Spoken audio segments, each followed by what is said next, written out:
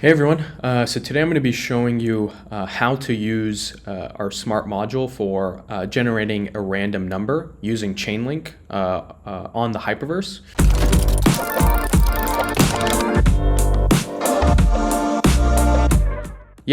So what exactly even is Chainlink? So Chainlink is an oracle, and what an oracle does is provide smart contracts a way to fetch off-chain data. So basically a bridge between on-chain and off-chain data.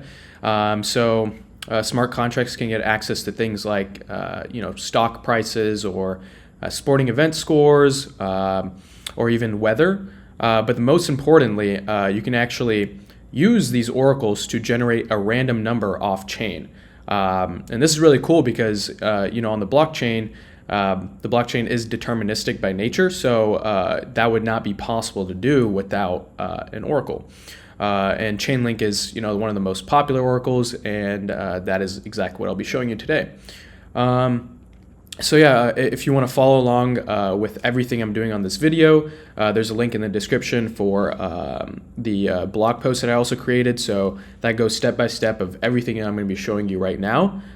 So it's just much easier to follow along there. That way you can copy paste code or whatever you want.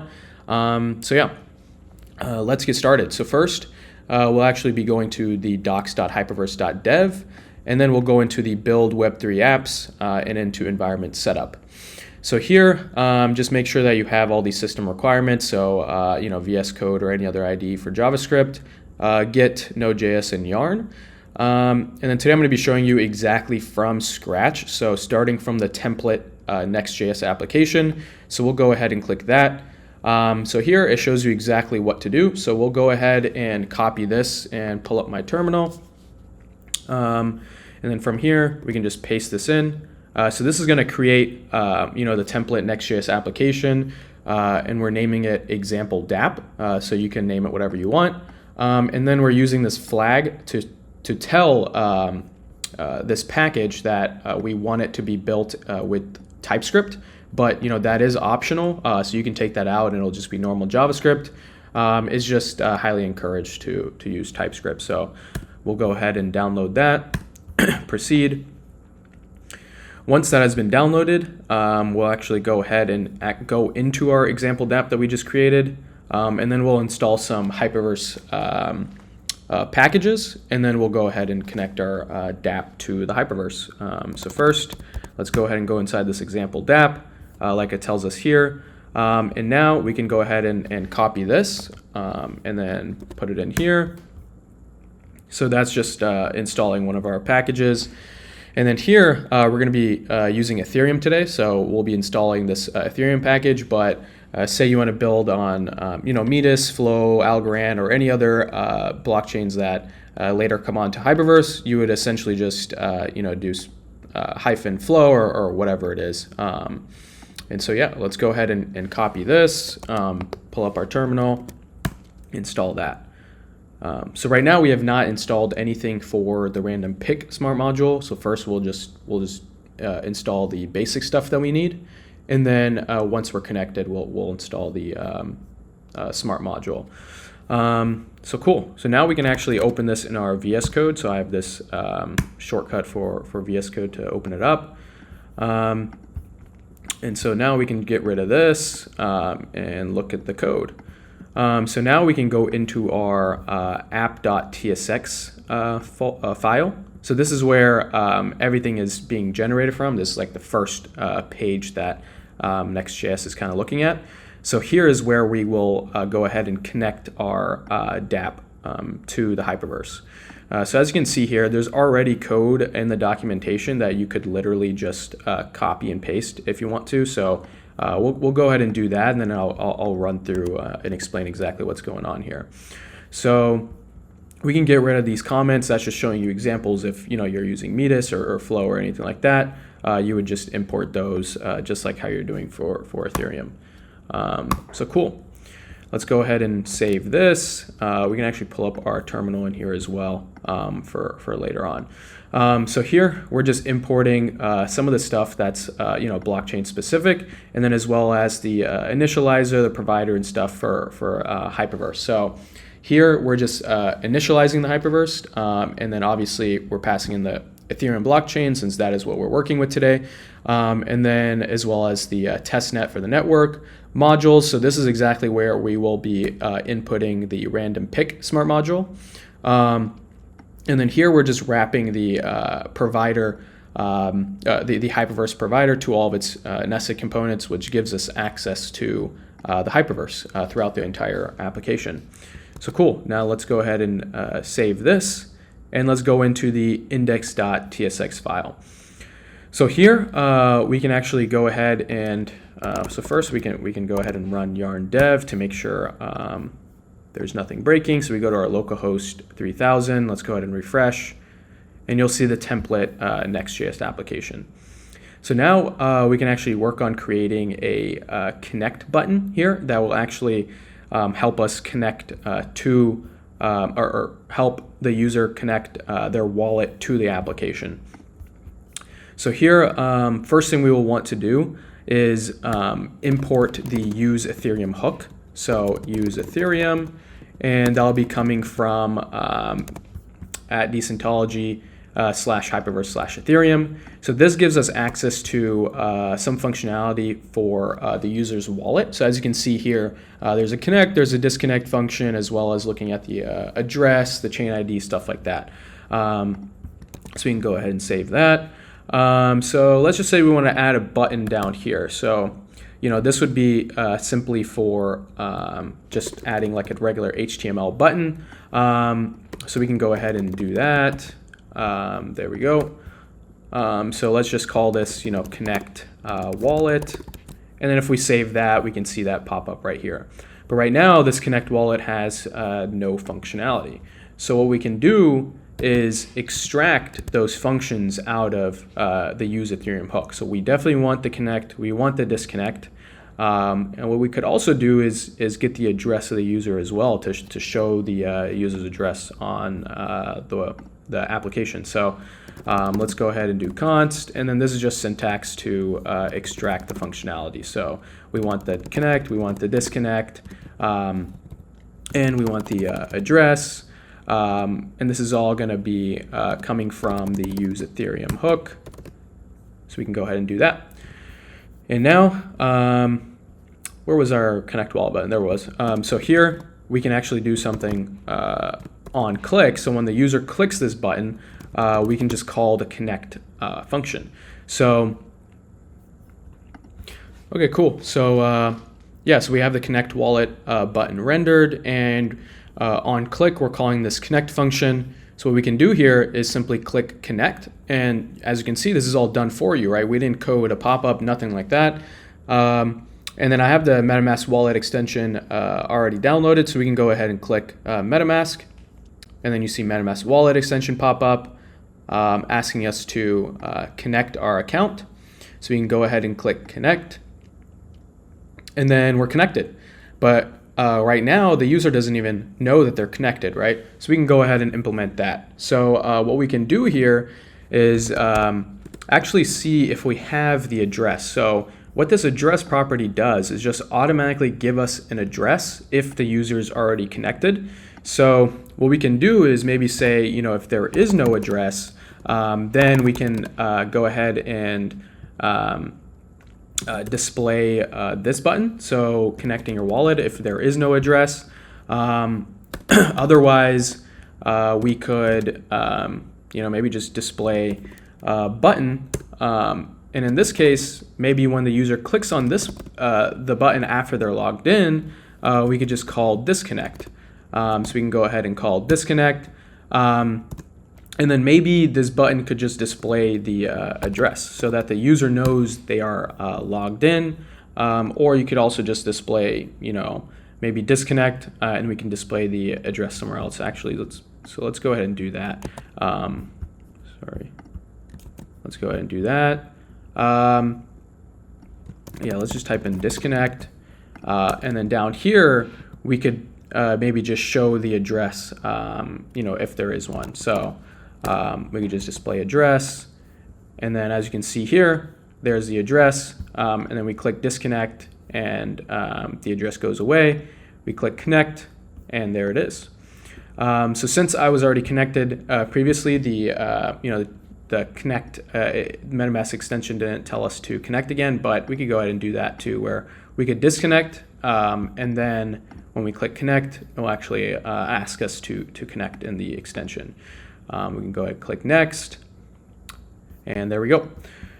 Cool, so now that we actually have a user logged in, now we can implement the random pick smart module in generating a random number. So for that, we're gonna have to go back to the app.tsx file, since now we have to import a actual smart module. So let me just look at my notes here real quick, make sure I have the correct package. So right here, what we can do is just do import all from import all as random pick from, and this will be the actual package name. So this will be Hyperverse dash random pick. So that'll actually be the module, and this is red because we haven't actually installed this yet. So let's go ahead and install this. So yarn add, there we go, it's installing the package. Cool, and now we can go back here and restart the server. And then in this modules array, we actually want to go ahead and tell it that we're using this random pick module, right? So right here, it takes in two attributes. So it'll be the bundle, and then it'll also be, so the bundle will just be random pick, and then it'll be the tenant ID. So I've actually explained what the tenant ID is in a previous video, but essentially it's the kind of like the owner of the data. In this case, it's the wallet address that is actually being used to do the transaction of the Chainlink and actually pay for the transaction. That way you don't have to pay for the transaction. So we can go ahead and actually copy and paste this, and if you're following along in the blog post, then you'll be able to copy and paste this as well. So this is the tenant ID. We can go ahead and save this. It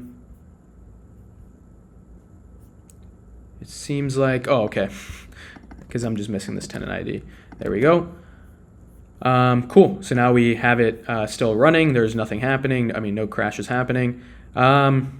Cool, so now we can go into the index.tsx, and here you'll see a similar pattern of using this hook. So how do we actually use functionalities from our random pick hook? We would simply just call this, I think it's just use random pick. There we go. And it's going to be automatically imported from the random pick module.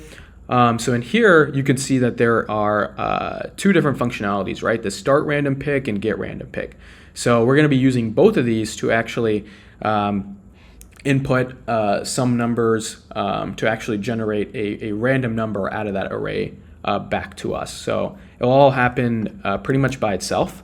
So what we can do here is extract both of those functionalities similar to what we did here for the actual wallet address. So here we can actually go ahead and do that. So here we want to extract the start random pick, right? The start random pick is what it was called, I believe, right? Start random pick, and then also get random pick. So let's go ahead and do get random pick. And we want, we're extracting this from the use random pick hook. So we go ahead and do that. Cool. And now we actually want to call this start random pick when we're calling a function and passing it some sort of number of integers. So here we can extract the functionality and label it how we want. So in this case, we're extracting this mutate functionality from start random pick. So as you can see here, there's a mutate function and then a result that we're going to get back and stuff like that. So here for this mutate, we'll go ahead and call this random mutate. And then the data, which we'll put as request ID. And then we'll also be doing or getting back the is loading, so we can actually know if we have the data yet or not. So we can showcase maybe like loading to the user or whatever it is while the user is waiting for the request. And for this, we can just put in random number. And then all this is going to be happening from start random pick. So we can call that. Cool. And now that we have that set up, now we can set up the get random pick. So for this, we're just going to be putting in, let's just put in the data that we give back. So this would be the random number pick. And then we can also take out the is loading. So this could just be, loading number, and this will be coming back from the get random pick, and then we'll be passing in the request ID into here so that it will automatically get back the random number that is generated from starting the random number pick function. In this case, we'll be calling random mutate, passing it in an array of integers and so on.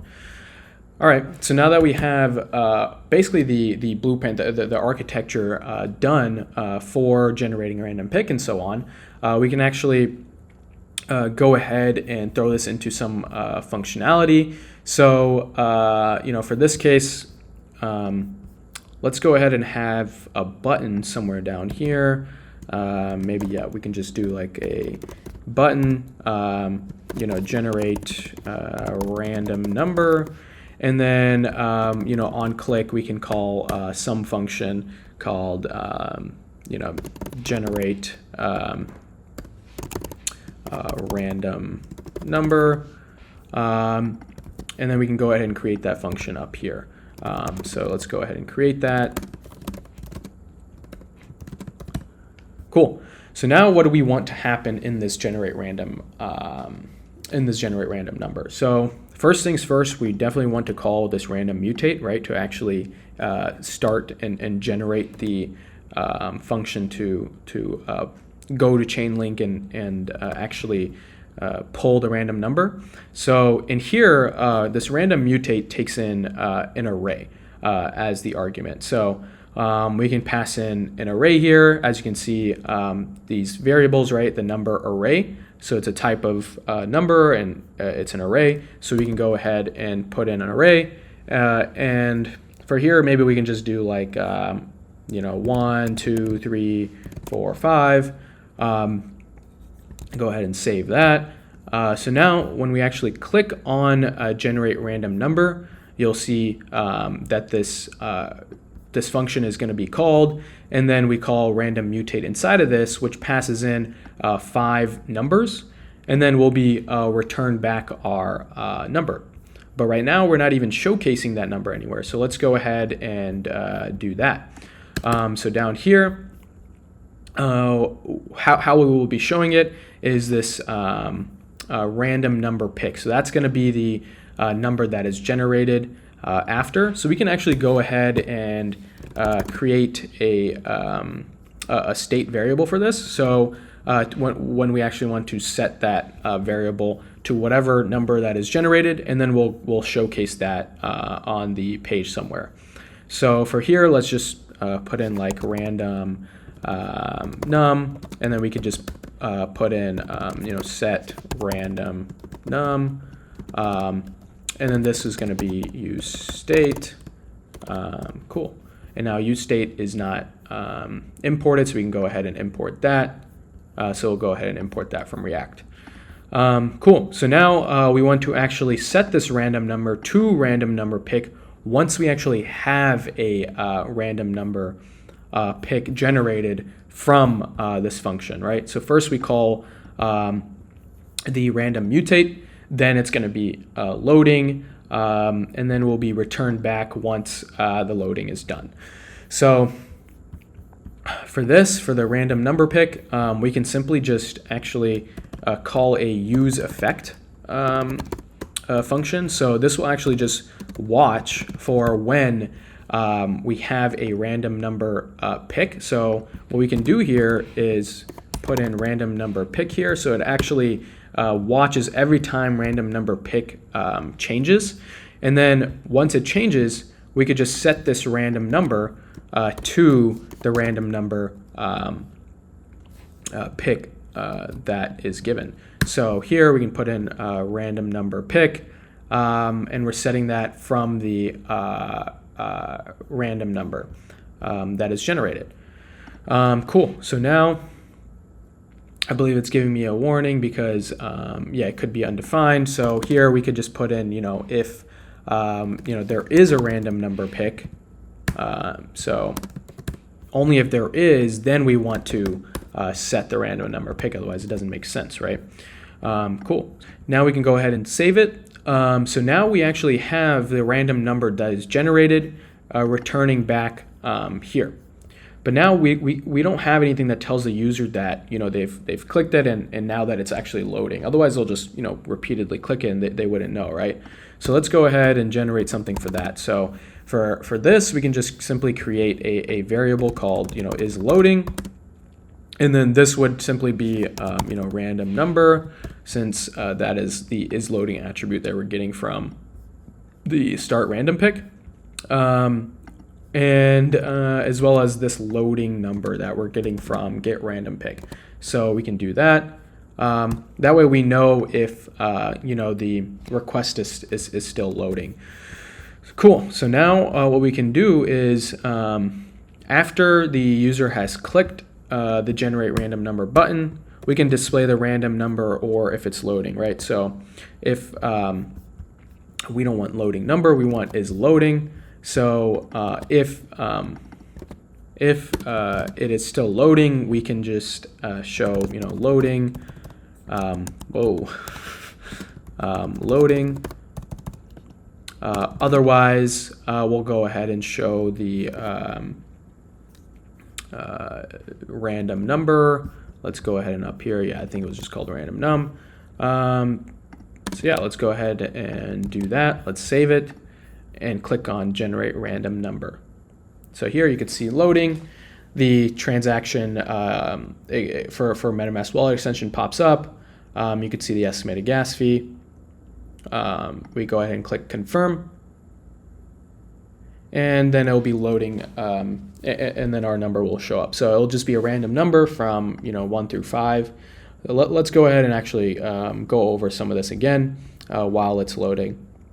So first things first, what we did was actually import the random pick smart module, and then we're extracting the use random pick hook.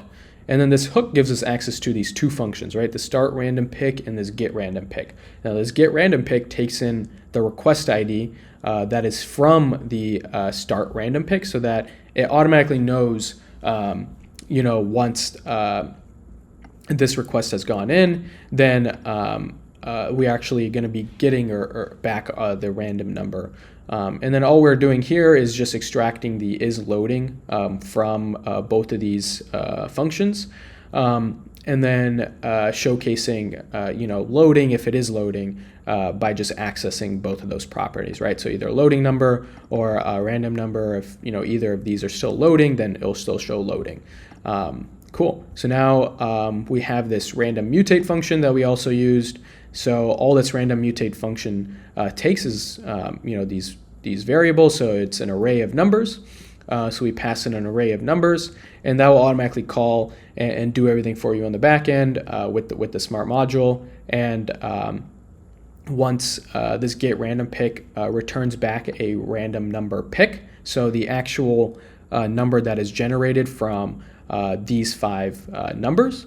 So if it exists, then we're going to go ahead and set a state variable, this random num variable, to the random number that was that came back from this get random pick, and then we simply just showcase that random number as long as there's as long as the request is not loading. Cool. And then once we actually click generate random number pick, all we did was just call the function that calls the random mutate function. Cool. So now let's go back. As you can see, it's still loading. We can actually just wait here. Boom. So you can see right here the sending. You can see the request ID. Yeah. And obviously this would not be possible if the user's not logged in, because then the wallet extension would not be able to pop up and ask to request the transaction. So there's a bunch of stuff that you can kind of add to this. And for example, there's actually another example Dapp that I created on my GitHub repo, which will also be linked in the description. This Hyperverse starter Dapp dash random pick. So if you go here, it's deployed on Heroku. Let that load.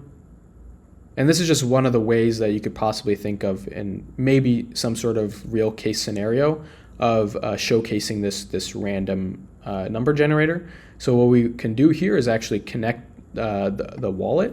So let's go here and connect this wallet.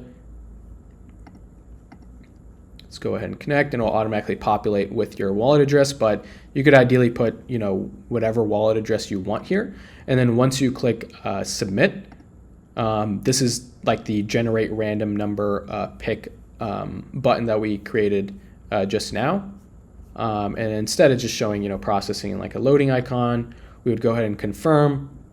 And then what this will actually do is call OpenSea's API and see which NFTs that you have in your wallet, and then show the NFT name, the image, and stuff like that, a random NFT from your wallet. So, I believe it looks at only like the top 10 NFTs in your wallet, and then it'll just pick one out of there. So you can kind of think how this is working, right? All I'm simply doing is having an array of 10 integers.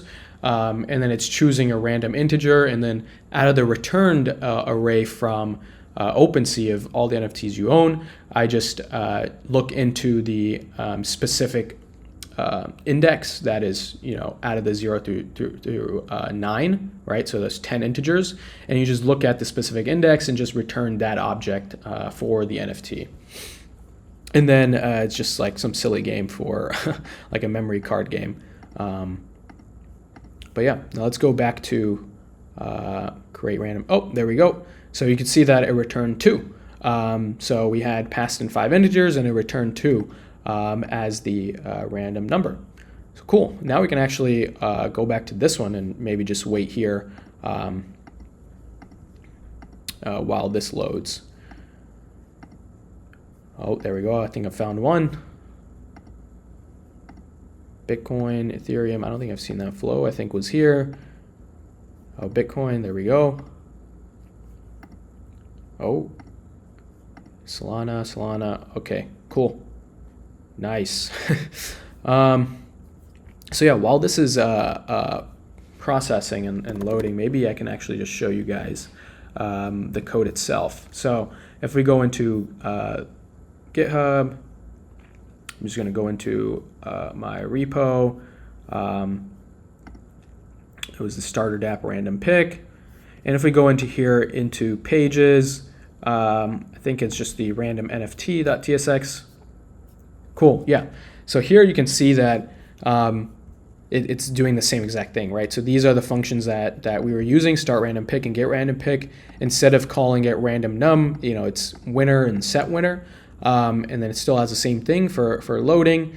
And then if we go down here, we're passing in, there we go. So this random mutate function, right? We're passing it in 10 integers.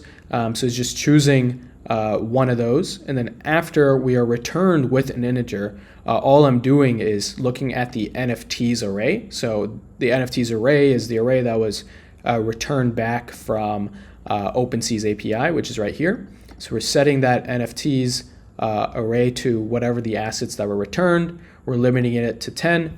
And then from the NFTs array, we're just taking out the index that is returned from the random number pick, the integer that is returned, and we're looking into that index and setting the winner to that object of that NFT. So now we have the object of that NFT. We can simply look at winner So if we go down here, we'll probably see something called winner. There we go. So if winner exists, then we're just showcasing this div that has this image that shows the image of the NFT, and then as well as the name, the description, stuff like that. Otherwise, there's nothing displayed. So if we go back to here, oh, nice.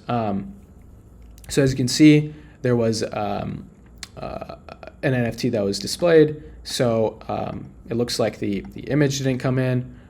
So maybe that's just because of the URL of the NFT or something like that. All right, cool. And that's about it for this tutorial.